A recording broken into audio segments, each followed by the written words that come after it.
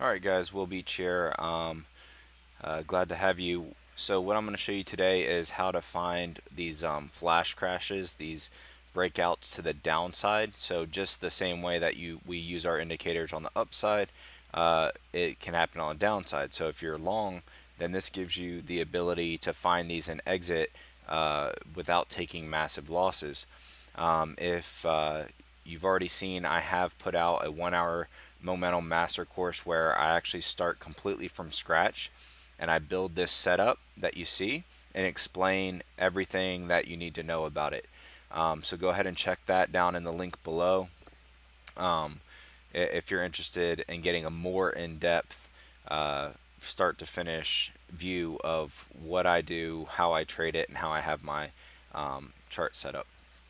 So I have it circled here so you can see in this example of NVIDIA how we have this flash crash and how it could have been easily predicted using the indicators that we have set up, which is the ADXR, the MACD, the momentum, and the stochastic slow.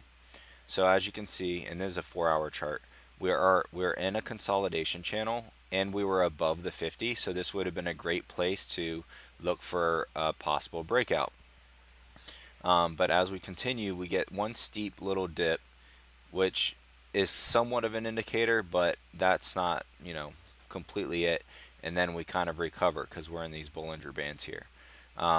So as we drop below, we do have a rejection at the 50-day. So as long as you guys do have your chart set up, you can see that there was resistance there.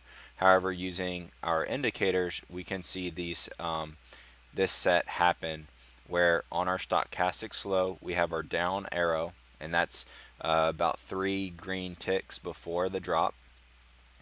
Our momentum is below 0, which is an indicator of down. And then we have our our MACD, which was already on the downside, and like it had one little block of an up, and then it confirmed on the downside on this big red candle here.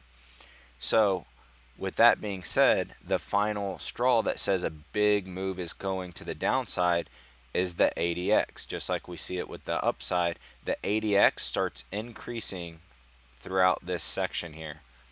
So as it's bouncing around in these three bars, the ADX is increasing.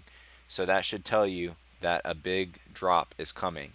So the same way you find the big breakouts where the ADX increasing with all of these being in positive moves, is the same for the negative. They're all in negative side and then an increase in ADX. And that's where you see that fall.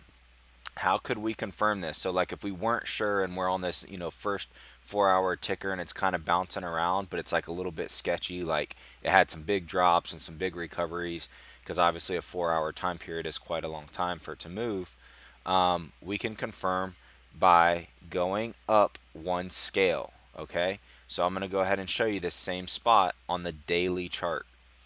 So I go up on the daily chart. You can see where it's still circled.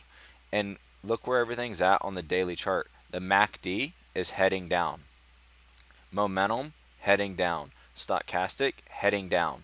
So all that does is confirm that on that 4 hour chart, you're about to have a big drop because everything on the chart above it was going down. It had already started that process, actually, days before, where you had these couple moves over here. So anyways, I hope that's helpful in staying safe and setting your stop losses and or just knowing what you're looking at so you can exit if it's not going to go for that breakout that you anticipated.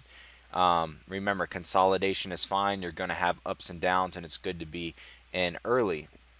However, if it's going to break out to the downside, we want to be aware of that and catch that so we can exit that trade. Alright guys, stay safe. Again, if you want to see my 1 hour masterclass, I'm already getting some great reviews on it. You can go ahead and click the link below, and happy to answer any questions. You can go to my Facebook page, free stock trading advice, and I'll be happy to answer any questions there as well. Alright guys, thanks. Have a great